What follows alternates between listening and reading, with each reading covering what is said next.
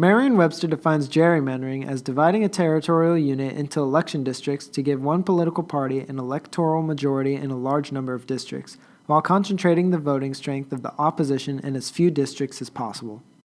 That may sound like a mouthful, but it's a lot more simple than it seems. Let's break it down. Here we have 50 voters, 20 pink and 30 yellow, each represented by a starburst. We're going to divide them into 5 groups of 10. There are many ways to do this, over 1 trillion in fact. Now you may expect pink to win 40% of the districts and yellow to win 60%. Using gerrymandering, a majority party can get a supermajority or even complete control of the legislature. Here, yellow has done just that.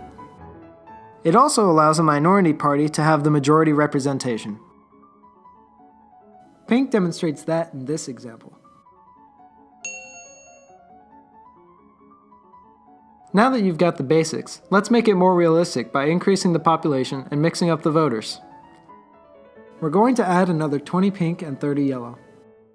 Now we have 100 total voters, 40 pink and 60 yellow. In the real world, voter distribution isn't perfectly divided. In fact, like-minded voters tend to live in close proximity. This makes gerrymandering easier. With an election coming up, pink is drawing the district borders so that it maintains its majority status even with a minority of the voters. They are able to do this using 2 strategies, packing and cracking. The first 2 districts are drawn using packing. In the November 2006 article of Washington Monthly, packing is defined as concentrating like-minded voters together in one district to reduce their voting power in other districts. This unnecessarily uses up votes that would have been helpful in other districts. The next 3 districts are drawn using cracking. Cracking is the practice of spreading like-minded voters across multiple districts to dilute their voting power in each. The last 5 districts are drawn using a combination of these 2 strategies. Now, let's tally up the votes. As you can see, pink still has a majority of the districts while only having 40% of the votes. Clearly, gerrymandering has the potential to undermine the legitimacy of the democratic process. With gerrymandering's potential to cause some serious issues, it is necessary to be able to measure its extent. Using a metric called the efficiency gap, we can determine how much of an effect pink's gerrymandering had on this election. So, what is the efficiency gap? The efficiency gap works by taking each district individually and counting the number of voters that do not contribute to winning a district.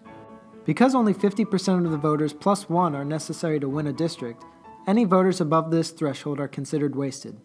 Likewise, any votes in a district that a party loses are also wasted.